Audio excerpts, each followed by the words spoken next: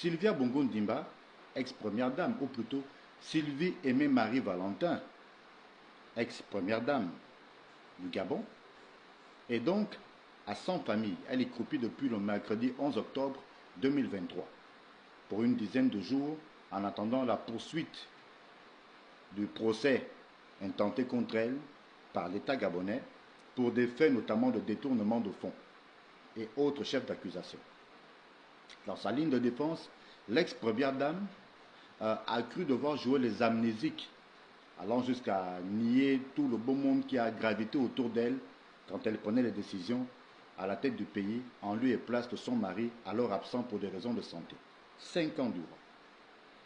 Mais alors, si Sylvia Bongo est coupable, quoique non encore jugée par le tribunal, et donc coupable de chef d'accusation décerné contre elle, qu'en est-il de la responsabilité d'Ali Bongo? Si tant est que Sylvia Bongo a donc dirigé le Gabon, derrière son rejeton Noureddine Bongo Valentin et sa Young Team, pendant les 5 années où son mari, Ali Bongo, était out pour des raisons de santé, mais qu'en est-il de la responsabilité de l'ancien chef d'État? C'est quand même lui qui prend le pouvoir via un coup de force en août 2009. C'est lui qui procède encore à un hold-up électoral en août 2016. Et si on prend en compte, et on devrait prendre en compte, ce qu'a dit la déclaration de Jean Ping lors de son récent passage à Paris, où il a laissé entendre que le bombardement de son QG s'est fait en présence d'Ali Bongo et de Jean-Yves Le Drian, ancien ministre français de la coopération. Rien que pour ces faits, Ali Bongo devrait également être poursuivi. C'est quand même trop facile que pour des raisons de santé, le chef d'État déchu soit ainsi dédouané de toutes ses responsabilités. Il a fait 2 mandats, 14 ans, 9 ans où il était bel et bien présent lui-même et 5 ans où il n'était pas là. Comme on pourrait également pointer la responsabilité de Marie-Madeleine Bouronto, elle qui, pendant longtemps, alors que la société civile s'interrogeait, montait au créneau, n'avait de cesse de monter au créneau pour poser une seule et unique question. Qui dirige le Gabon?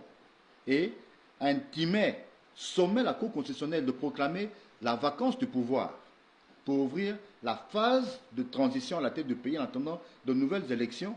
Cette dernière s'est arc-boutée derrière des arguties selon lesquelles le pays fonctionnait, les institutions étaient en place et que l'état de santé d'Ali Bongo ne nécessitait pas qu'on déclarât la vacance du pouvoir. Quelle est donc la responsabilité de cette dernière qui avait fait qu'on avait fini par qualifier la Cour constitutionnelle gabonaise de tour de Pise, tant elle ne penchait que d'un même côté? Ali Bongo a dirigé le Gabon de 2009 à 2018, quand il tombe à Riyad, en Arabie Saoudite, frappé par un double AVC. Tout ce qui s'est fait durant cette période, c'est lui qui prenait les décisions. On ne peut pas le dédouaner aussi facilement, surtout quand on prend également en compte un autre élément. Son oncle, Idriss Firmin-Gari, général à la retraite, ancien ministre de la Défense, qui lui, dans une vidéo devenue virale sur les réseaux sociaux, dit clairement que pour lui, il ne peut pas comprendre que la seule responsabilité incombe à la seule Sylvia Bongo ou Sylvie Aimée Marie Valentin. Parce que les décisions, selon lui, étaient prises par Ali Bongo lui-même. Pendant longtemps, la famille lui aurait demandé d'aller se soigner et de laisser quelqu'un d'autre diriger le pays, et le chef d'État déchu aurait refusé. Ce qui veut donc dire que sa responsabilité est tout autant engagée. Sauf à nous dire qu'il y a une autre vérité que les Gabonais ne connaissent pas, mais alors que la justice la révèle. Dans tous les cas, Ali Bongo a des responsabilités à assumer. Beaucoup d'Allemands qui ont notamment participé à l'Holocauste juif sous l'Allemagne nazie pendant la Seconde Guerre mondiale continuent d'être poursuivis aujourd'hui. Ceux qui se sont enfuis en exil aux États-Unis, en Amérique du Sud, en Asie, dès lors que leur identité est retracée, on leur met la main dessus et beaucoup, malgré leur âge avancé, malgré même des problèmes de santé, continuent de comparaître devant la justice. pour permettre aux victimes, ou du moins aux descendants des victimes, de faire leur deuil, de penser leurs blessures et de pouvoir enfin tourner la page. Ce serait donc trop facile que de dire qu'Ali Bongo, pour des raisons de santé, jouirait désormais de sa totale liberté, pourrait prendre l'avion pour aller se soigner où il veut. Parce que la situation dans laquelle le pays a été plongé, il y est pour beaucoup. C'est lui qui amène cette première dame. C'est son rejeton Noureddine Bongo Valentin qui crée la Young Team. C'est lui qui amène Meksan Akombesi, Liban Suleiman, Henri Owayon et bien d'autres qui ont siphonné les caisses du pays.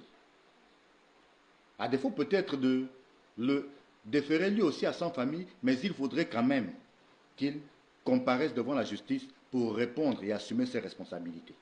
Très bien, on avance.